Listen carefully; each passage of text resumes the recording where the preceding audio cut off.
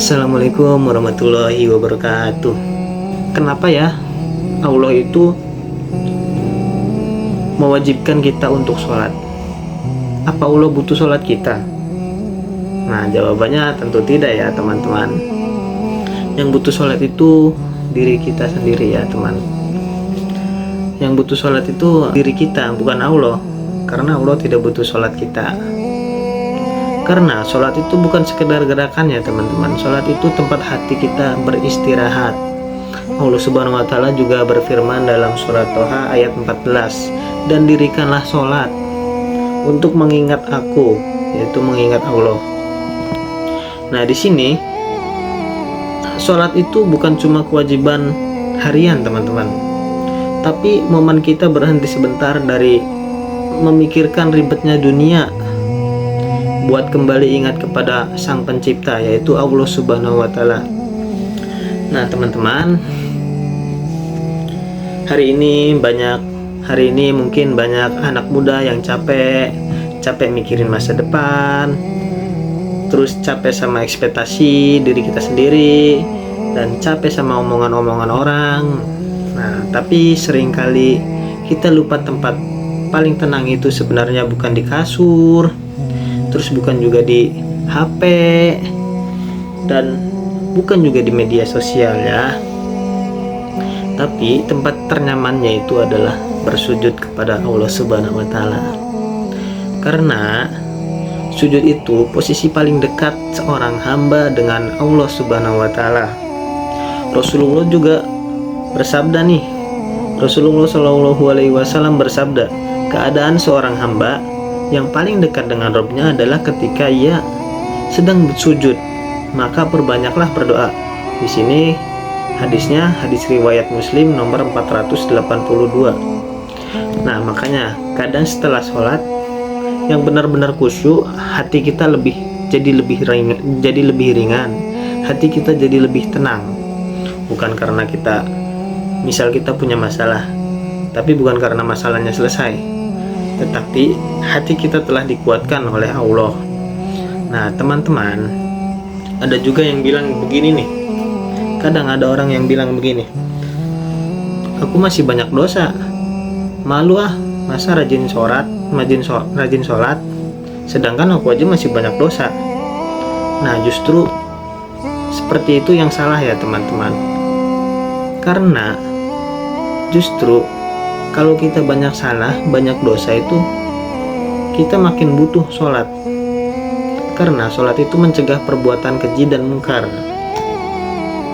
Nah, di sini Allah juga berfirman nih, sesungguhnya sholat itu mencegah dari perbuatan keji dan mungkar. Quran surat Al-Ankabut ayat 45. Nah, perhatikan ya teman-teman, Allah nggak bilang nih orang yang sudah baik itu baru sholat. Tetapi sholatlah yang membuat kita menjadi lebih baik. Jadi jangan tunggu jadi sempurna dulu, jalanin aja dulu. Karena perubahan besar sering dimulai dari satu sujud kita. Dan ada satu hadis yang membuat kita cukup berpikir. Rasulullah Shallallahu alaihi wasallam bersabda, perjanjian antara kami dan mereka adalah sholat.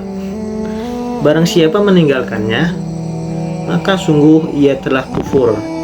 Hadis riwayat Tirmizi nomor 2621. Nah, hadis ini dinilai sahih oleh sebagian ulama ya teman-teman. Ini menunjukkan bahwa sholat itu bukan perkara kecil ya teman-teman, tetapi sholat itu pondasi kita. Sholat itu tiang agama kita. Jika seseorang itu sholatnya baik, maka baiklah keseluruhannya. Bahkan amalan yang pertama dihisab nanti adalah sholat kita teman-teman. Rasulullah Shallallahu alaihi wasallam juga bersabda, amalan pertama yang dihisab pada hari kiamat adalah sholat kita. Hadis riwayat Abu Daud dan At-Tirmizi. Nah, bayangin teman-teman, yang pertama kali dihisab nih bukan IPK kita, terus bukan followers Instagram ataupun followers TikTok, dan juga bukan harta kita, Tapi teman-teman, sholat kita yang dihisap oleh Allah terlebih dahulu. Jadi teman-teman, mulai hari ini coba buat target sederhana dulu. Kalau sholatnya masih bolong-bolong, jaga dulu sholatnya, jangan sampai sengaja ditinggalkan ya teman-teman.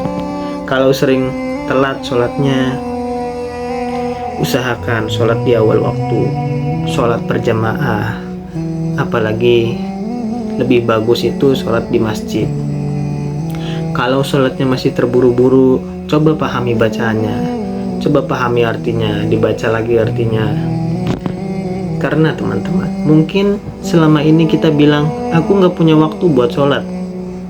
Padahal kenyataannya kita belum menjadikan sholat itu sebagai prioritas kita. Semoga kita jadi anak muda yang menjaga sholat, bukan karena dipaksa orang tua ataupun karena kita sedang ada butuhnya saja kepada Allah, tapi karena sadar bahwa kita itu membutuhkan Allah. Sekian dari saya, semoga nasihat tersebut bermanfaat. Assalamualaikum warahmatullahi wabarakatuh.